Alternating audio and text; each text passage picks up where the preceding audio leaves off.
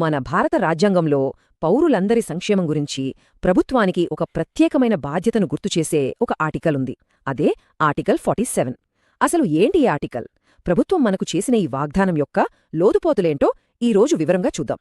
సరే, ఈరోజు మన ప్రయాణం ఎలా ఉండబోతోందంటే, ముందుగా ఒక రాష్ట్రం యొక్క ప్రాథమిక విధి ఏంటి అనే దానితో మొదలుపెడదాం. ఆ తర్వాత ఆర్టికల్ 47ని లోతుగా అర్థం చేసుకుంటూ దానిలోని 3 ఆరోగ్య స్తంభాల గురించి తెలుసుకుందాం.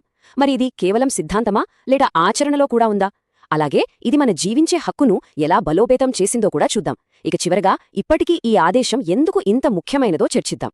సో ముందుగా మనం చూడబోయేది రాష్ట్రం యొక్క ప్రాథమిక విధి. అసలు దీని వెనుక ఉన్న పెద్ద ఆలోచనేంటో చూద్దాం. ఒకసారి ఆలోచించండి, ఒక ప్రభుత్వం తన ప్రజల బాగోగుల కోసమిచ్చే అత్యంత ప్రాథమికమైన హామీ ఏమైయుంటుంది? చాలా పెద్ద ప్రశ్న కదా, కాని మన భారత రాజ్యాంగం దీనికి చాలా స్పష్టమైన సమాధానమిస్తుంది. ఆ సమాధానమే ఆర్టికల్ 47.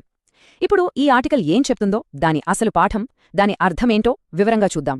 చూడండి, ఆర్టికల్ 47 ఏం చెబుతోందంటే, రాష్ట్రం పౌష్టికాహార స్థాయిని, జీవన ప్రమాణాలను పెంచడం మరియు ప్రజారోగ్యాన్ని మెరుగుపరచడం తన ప్రాథమిక విధులలో ఒకటిగా భావించాలి.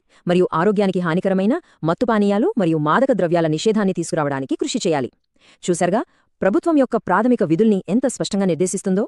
ఇప్పుడు దీనిలోని కీలకమైన పదాలను విడదీసి చూద్దాం. సింపుల్గా చెప్పాలంటే ఈ ఆర్టికల్ని మనం 2 భాగాలుగా చూడొచ్చు. ఒకటి, రాష్ట్రం తప్పనిసరిగా చేయాల్సిన పనులు. అవేంటంటే ప్రజారోగ్యాన్ని మెరుగుపరచడం, పోషకాహారం అందించడం, జీవన ప్రమాణాలను పెంచడం. ఇక రెండవది, రాష్ట్రం ప్రయత్నించాల్సిన పనులు, అంటే మత్తుపానీయాలు, హానికరమైన డ్రగ్స్ను నిషేధించడం. ఇక్కడ గమనించాల్సిన విషయం ఏంటంటే, తప్పనిసరిగా అనేదానికి, ప్రయత్నించాలి అనేదానికి మధ్య ఉన్న తేడా చాలా ముఖ్యం. సరే, ఈ ఆర్టికల్ 47ను ఇంకా సులభంగా అర్థం చేసుకోవాలంటే దాన్ని ఒక 3 ముఖ్యమైన స్తంభాలుగా విభజించుకోవచ్చు. ఆ 3 ఆరోగ్య స్తంభాలేంటో ఇప్పుడు వివరంగా చూద్దాం. ఇందులో మొదటి స్తంభం పౌష్టికాహారం, అంటే పోషకాహార లోపాన్ని సరిదిద్దడం, అందరికీ ఆహార భద్రత కల్పించడం, ముఖ్యంగా పిల్లల ఎదుగుదలను ప్రోత్సహించడం. అంటే బేసిగా ఆహారం దొరకడం దగ్గర్నుంచి పిల్లల కోసం ప్రత్యేక పోషకాహార పథకాల దాకా అన్నీ దీని కిందకే వస్తాయన్నమాట. ఇక రెండో స్తంభం ప్రజారోగ్యం. ఇది చాలా పెద్ద ఏరియా. ఇందులో ఏమేముంటాయంటే హాస్పిటల్స్ కట్టడం, వాటిని సరిగ్గా నడపడం, సరైన పారిశుధ్యం ఉండేలా చూడ్డం, వ్యాధులు రాకుండా నివారించడం, ఇంకా వ్యాక్సినేషన్ కార్యక్రమాలు అమలు చేయడం, ఇలా అన్నీ వస్తాయి. ఇక ఆఖరిది మూడో స్తంభం మత్తు పదార్థాల నిషేధం. అంటే మద్యం, హానికరమైన డ్రగ్స్ వాడకాన్ని ఒక ప్రజారోగ్య సమస్యగా చూడాలి. వాటిని కంట్రోల్ చేయడానికి, అవసరమైతే నిషేధించడానికి రాష్ట్రం చర్యలు తీసుకోవాలని ఈ ఆర్టికల్ చెప్తోంది. ఓకే, ఇప్పటిదాకా మనం సిద్ధాంతం గురించి మాట్లాడాం కదా, మరి ఆచరణలో సంగతేంటి? ఈ ఆర్టికల్ 47 వాస్తవ ప్రపంచంలో ఎలా పనిచేస్తుందో ఇప్పుడు చూద్దాం.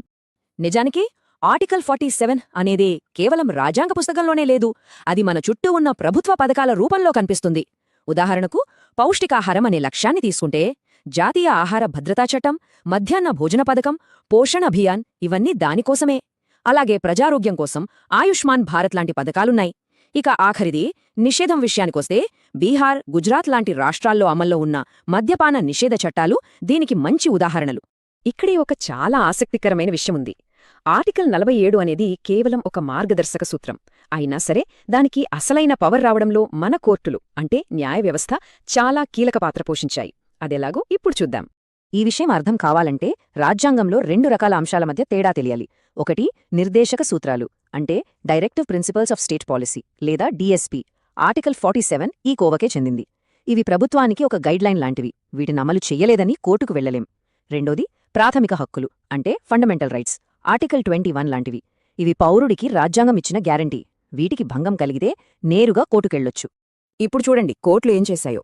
కొన్ని ముఖ్యమైన కేసులు ఆర్టికల్ 47కు కొత్త బలాన్నిచ్చాయి.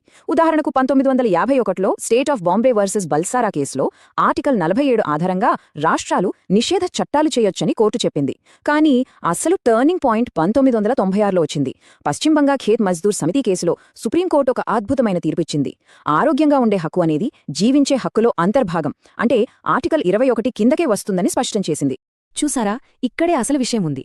న్యాయస్థానాలు ఏం చేశాయంటే ప్రాథమిక హక్కు అయిన ఆర్టికల్ 21కి మరింత బలం చేకూర్చడానికి ఒక మార్గదర్శక సూత్రమైన ఆర్టికల్ 47ను ఉపయోగించాయన్నమాట. అంటే ఒక సలహా లాంటి ఆర్టికల్, ఒక గ్యారంటీ లాంటి హక్కుకు అండగా నిల్చింది.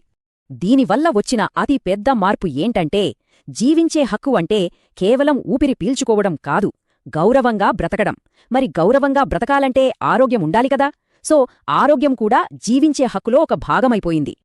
సరే, ఇదంతా చూశాక అసలు ఈ ఆర్టికల్ ఆదేశం యొక్క శాశ్వత ప్రాముఖ్యత ఏంటి, ఇది మనకు ఎందుకంత ముఖ్యమో ఒకసారి చూద్దాం.